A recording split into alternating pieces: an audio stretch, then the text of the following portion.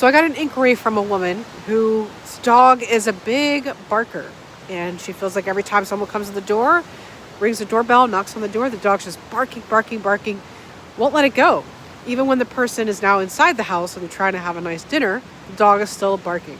So if you're in that kind of situation, you might want to stay tuned because we're going to deal with that.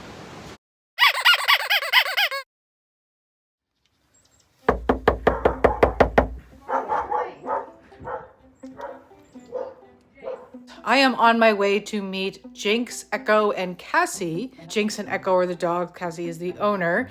And Jinx is a little bit older. Echo's a little bit younger. Echo, the main struggle with Echo is that he's not really treat motivated and doesn't come when called. So the owner's having a hard time getting her dog to actually come to her with her recalls.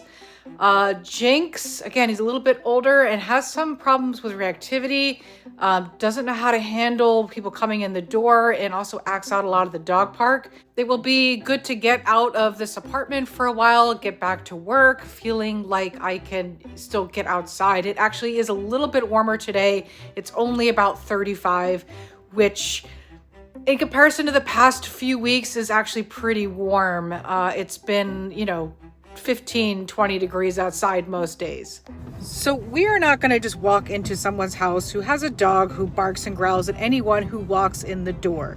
But what we are going to do is we're going to just go for a walk first. So I'm going to text her as soon as I get there. She's going to come out with the dog leashed, and we're just going to go for a little walk around the block, maybe not even 5 minutes to get acquainted.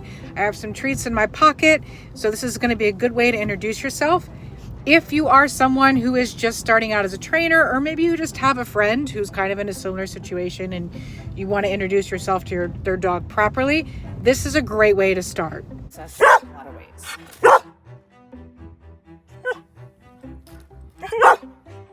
Now, the first thing I noticed as soon as I had driven up to the house, the dogs were already going nuts. So I could see exactly what she was talking about, her frustrations, how hard it is to manage. She was trying to get the dogs leashed up. They were jumping all over. As soon as she even opened up the door a crack, they darted out. The other dog, Echo, was just kind of playing and having fun, but Jinx was just barking, barking, barking. He was not letting it go.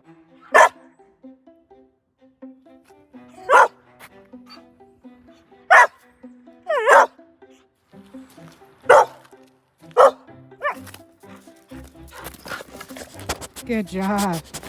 One good thing I think both owners had in this kind of situation was both of them were pretty calm and collect and relaxed, even though they were frustrated. And I could pick up on the fact that they were frustrated, a little embarrassed. I kept just ensuring them that, like, hey, I am the only person that you don't have to feel embarrassed in front of.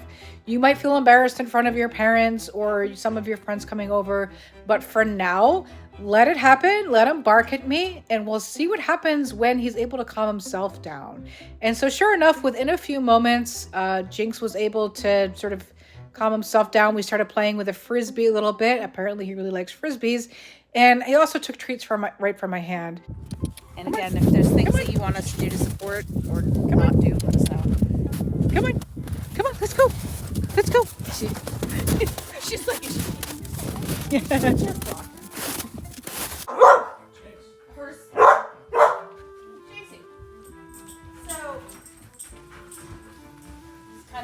Now, the owners had told me that they had already worked with a trainer in the past. And so some of this stuff they were pretty familiar with. So it wasn't like I was explaining everything from the fresh start. They kind of knew a go-to-place cue. They had blankets already. So this made things a lot easier for us in the long run. So we did start using the blanket for place training, and we wanted to practice this before we even tried knocking on the door. And eventually that's what I wanted to do, was be able to knock on the door and have the dog go to their place. Of course, this is going to take a lot of practice. This is not going to happen in one session, but ideally that is the goal. Okay, go to your place. Good. Go to your place. Good. Because I'm creating comfort with this blanket, This is going to be, again, her safe space. okay. Right, so whenever she feels anxious, we want that habit to start to change. Instead of I go to the door and I bark, I come here. I come here instead. I come here and good things happen. Yes. Okay. Yes, good. Keep on coming, yes. And as you're saying, you know, when you give the treats, say go to your place. So I love that she just stayed on it right now. Okay. I had been marking with yes. Is that it? Can I? Yes was good. Yeah, yes. That's my bad. Yeah. Walk away again? Yeah. See if she'll stay. Look at that. Yes. Now, of course, it's going to be a lot harder when you go outside and you knock on the door and you make a huge fuss. The dog is not going to deal with that easily. So, of course, I gave the owner a heads up, like, hey, you might feel kind of stressed. But luckily, she reported to me that she actually didn't feel stressed at all. That was actually very easy for her and kind of easy for her to comprehend and manage. But I think that's mostly because we practiced this beforehand. So any trainer that tries to just come in your house and start banging on stuff and asking them to go to their place, they're probably not practicing the right cue first. Really work on that place training first and make sure that you feel comfortable with that before you even attempt to go outside and bang on the door.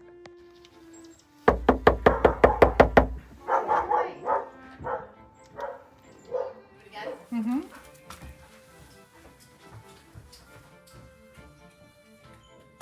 Very good. Yes. Very good. Look at that.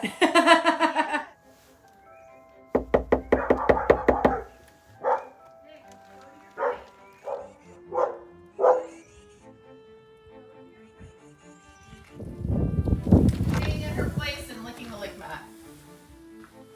With a Perfect. high degree of happiness. Perfect. And she no longer cares that you just walked in. Oh, I like peanut butter better. Me too, actually. If there's any piece of advice I can give someone who's in this kind of situation where their dog is barking and growling and jumping all over anyone who walks in their door, it's not to get a bark collar. It's actually just to practice some place training. We don't want to keep our dogs from barking at people who walk in the door. In fact, the dog is protecting their home.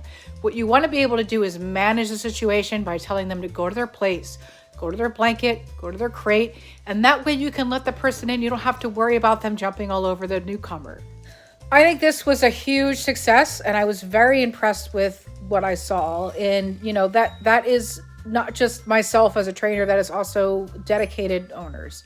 I could see that both owners really wanted this. They were really involved with their dogs. They really care about their dogs.